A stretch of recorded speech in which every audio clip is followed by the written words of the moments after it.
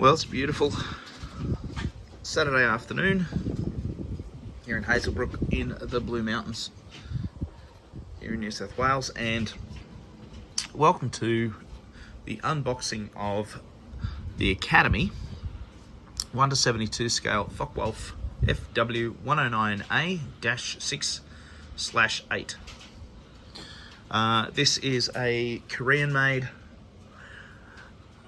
model, and it does say, I believe it said copyright 2010, so I would assume that the tooling for this was probably, or is probably, a fair bit older than that.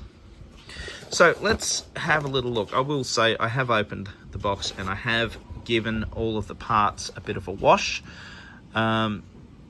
I'm not an expert on the Focke-Wulf, but apart from liking the name, because it makes me giggle, I've always liked the shape of it. It was one of my favourite planes when I was a kid. I used to really like reading up about them.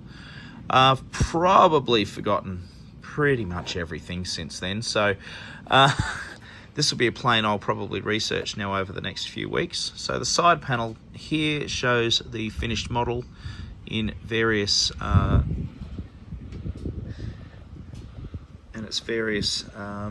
angles. I don't have an airbrushing kit, so I'm very curious as to how I'm going to achieve that mottled effect. So I'll probably do a little bit of research on that as well. That's the back panel, product 12480. And the obligatory warnings on the back: don't eat the parts, don't drink the glue, etc, etc. It is aged at 14 up, which is interesting. And I do like the artwork. I'm thinking about keeping the artwork from the boxes just as an aside. But let's have a look inside. Now, as I said, I have already opened the packet and taken out and washed the sprues. Now, a couple of things. First and foremost, the one thing which was for me a little tiny bit of a concern, not a massive one, was this antenna there was actually bent. Now, it's very, very, very thin, and it's probably bent, I would assume, in the packaging, and so I would watch out for that if you were taking it out. Just make sure. I probably even bent it myself as I was taking it out of the packet. So just a little word of warning there. It would be unfortunate to lose it. At first glance, I'm going to compare this automatically to the last build I did, which was another Academy model, which was a 1:72 scale P40B. Warhawk or Kitty Hawk. I think it was a Warhawk. I don't know the difference between them. All I know is that the basic shape, the Curtis shape of that plane. That particular model was nowhere near as detailed as this particular model is. Now, you've got two different choices of canopy. I would assume that would depend on whether or not it was the 6 or the 8 that you were going for, as in the FW190A-6/8. So I'm assuming this is either going to be a 6 or an 8. You have the same front canopy and two rear canopies. So, interesting. Now, the very first thing that I will say is I'm immensely happy with how much more detail this particular model has over the last one. The lines in the model, as in the panel lines, are a little bit deeper. They're a little bit sharper. There's rivets, whereas there were barely any, if no, rivets in the P40 build. I don't think there was a big price difference between the two. There may have been $3 or $5 difference between this particular one and that one. They're both the same scale. So the detail on this is rather lovely.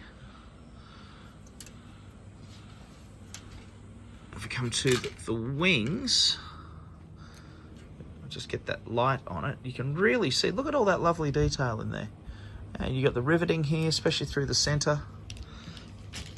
It's really quite nice. Not too many parts, which isn't an issue. I mean, it's nice to have all of the parts. The one thing that is missing from this model, funnily enough, is the pilot, which I'm a little sad about. You've got the cockpit enclosure is actually here. There's a little bit of detail, panel detail on the side. I don't know whether you can see there. And there is a very rudimentary, possibly, control panel there. I assume that's the control panel. I haven't had a look at the instructions yet to see what all of the parts are for, but they all look very clean. All of the parts look very clean. A few of the parts have actually got these little lugs from those little lugs there, which need to be cut off. The seat is very fine. You can even see through. You can see. There you go. See the lighting there. You can see the lighting. You can see through there. And so that's basically that.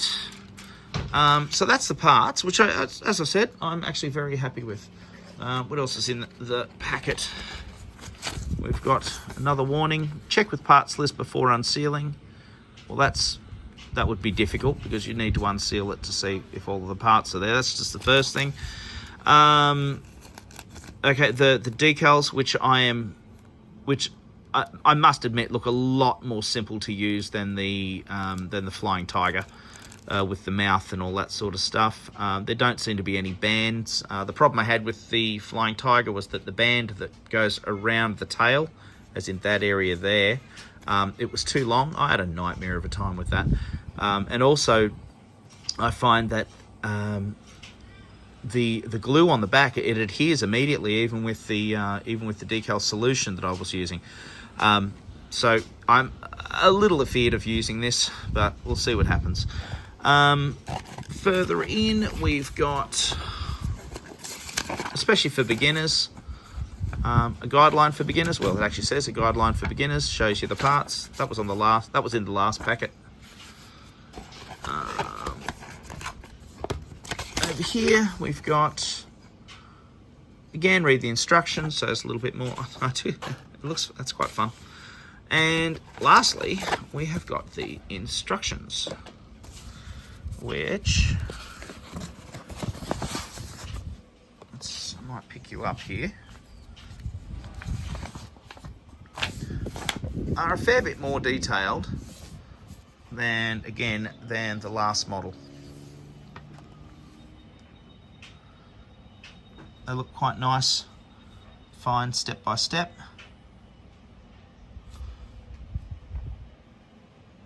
They look rather good. And you've obviously got choices of the gun pods as well. And yes, this looks like a lot of fun. So again, it's a shame that there's no pilot. I really like using painting up the pilots. Oh, here we go. That's your top section there on the top of the fuselage with the different types of gun choices, I assume. A6 version there, A8 version there.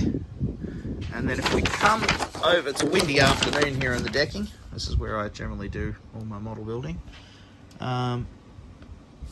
It looks like you've got two different choices here, but it's not necessarily specifically stating which version of the plane this is. Oh, okay, we'll probably match. Oh, I was just wondering if we would match it off the gun casings here, which you can see there. There doesn't seem to be too much of a difference in the picture. So I might go off the side of the box, the details off the side of the box. All right, well, as the wind is picking up here, it probably means that my model building for the afternoon is done, but I will get onto this probably starting tomorrow. So thank you for watching. Please click like and subscribe to the channel, and appreciate you being with me today. Ta.